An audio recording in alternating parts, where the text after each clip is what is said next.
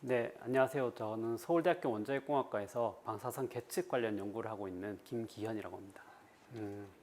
우리가 원자가 있고 원소가 있잖아요.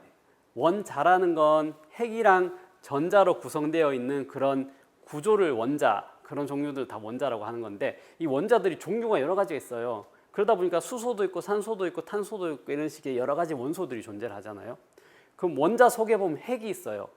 핵도 보면은 양성자랑 중성자로 구성되어 있는데, 그렇게 양성자랑 중성자로 구성된 구조를 핵이라고 얘기를 하고요. 원자 핵이라고 얘기하고, 이 원자 핵도 양성자 몇 개냐 중성자 몇 개냐에 따라서 여러 가지가 있을 거 아니에요. 그래서 다양한 종류의 핵 종류들에 대해서 우리가 핵종이라고 얘기를 하는 겁니다. 그래서 뭐 수소핵, 중수소핵, 삼중수소핵, 아니면 탄소 14의 핵, 이런 식으로 여러 가지 핵의 종류들을 구별해서 부르게 되는 거죠. 네, 삼중수소 같은 경우는 수소인데요. 수소인데 안에 핵이 원래 양성자 하나만 들어있어야 되는데, 양성자 하나 외에 중성자 2개가 더 들어있는 거죠. 그래서 핵이 그냥 수소보다는 좀 더 무거운 핵을 가지고 있는, 하지만 양성자는 하나이기 때문에 여전히 수소랑 똑같은 화학적 성질을 가지는 그런 원소를 삼중수소라고 하는 겁니다. 여기 보시면 이제 여기 액체 성간 계수기를 이용을 하면요, 액체 시료 내에 존재하는 알파나 베타 핵종들에 대해서 검출 및 정량 분석을 할 수 있고요. 저 뒤에 보시는 고순도 게르마늄 검출기 같은 경우는 감마선 에너지 스펙트럼, 그러니까 감마선 분광 분석을 통해서 이제 시료 내에 존재하는 감마선 핵종의 종류와 그다음에 양들을 이제 정량적으로 분석할 수 있는 그런 장비가 되겠습니다. 그리고 밖에 보시면 중성자 검출기들도 있는데요. 이외에 선량계들이 여러 가지 있어서 이제 저희가 방사선이나 방사선 발생 장치를 사용해서 여러 가지 연구나 작업들을 할 때 받는 선량들을 이제 실시간으로 모니터링 할 수 있는 그런 선량계들도 저희가 구비를 하고 있습니다. 네, 분석을 할 수 있고요. 주로 이제 그런 수산물 시료나 여러 가지, 그러니까 수산물 시료 같은 경우는 보통은 동결 건조를 하거나 아니면은 동결 건조 안 한 상태로 일단 갈아서 죽처럼 만든 다음에 마리넬리 비커, 표준 형태의 마리넬리 비커에 넣고, 그 마리넬리 비커를 저기 보시는 감마선 핵종 분석 장비에 넣고 측정을 하게 되면 이제 감마선 핵종에 대한, 감마를 방출한 핵종에 대한 분석이 가능해지고요.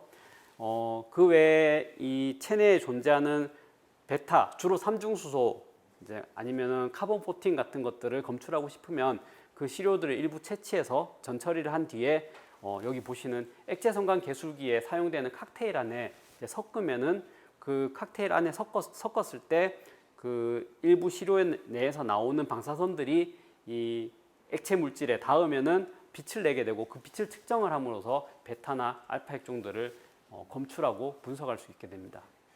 네, 자연계에는 자연계의 모든 곳에는 방사선이 존재를 하고요. 심지어 지금 저희가 있는 이제 이 건물이 콘크리트로 지어졌잖아요. 그럼 콘크리트 원료가 전부 다 이제 모래나 자갈에서 와요. 그럼 모래나 자갈에는 원래 방사선 핵종들이, 지각에 있는 방사선 핵종들이 존재를 하기 때문에 여기서 저희가 계측기를 키면은 방사선이 측정될 수밖에 없고 선량이 나올 수밖에 없습니다.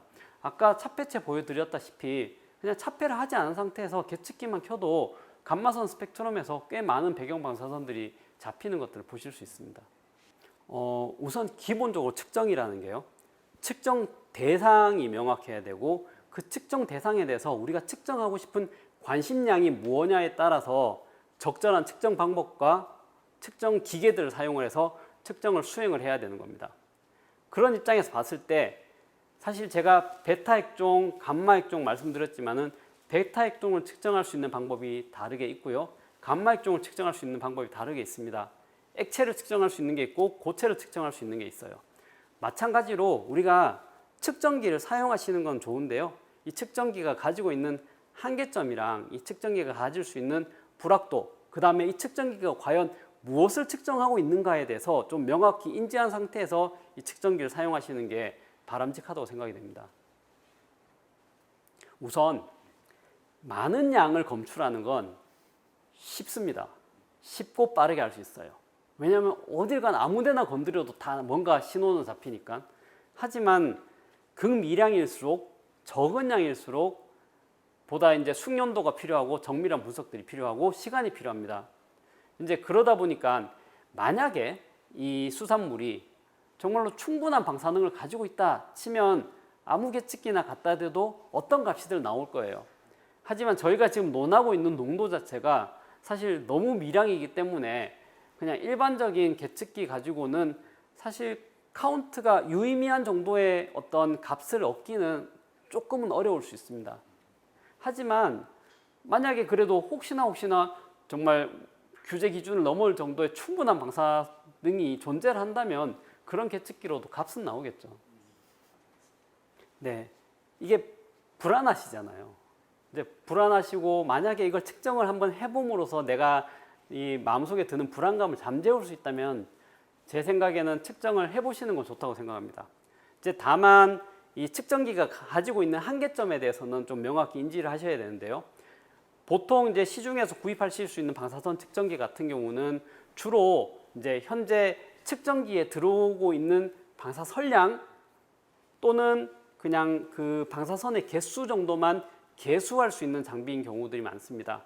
그런 경우에는 과연 이 방사선이 어디서 오는 것이고 어떤 방사선이고 그 다음에 내가 측정하고자 하는 이 시료에 얼마만큼의 방사능이 존재하는지는 알아낼 수가 없습니다. 이제 그런 것들을 보다 정밀하게 분석하고 싶으시면 이제 분석하는 곳에 맡기시고 아마 국가에서도 이제 최근에는 이제 만약 분석을 의뢰하시면은 뭐 여러 가지로 분석을 해주는 이제 서비스들이 있는 걸로 알고 있습니다.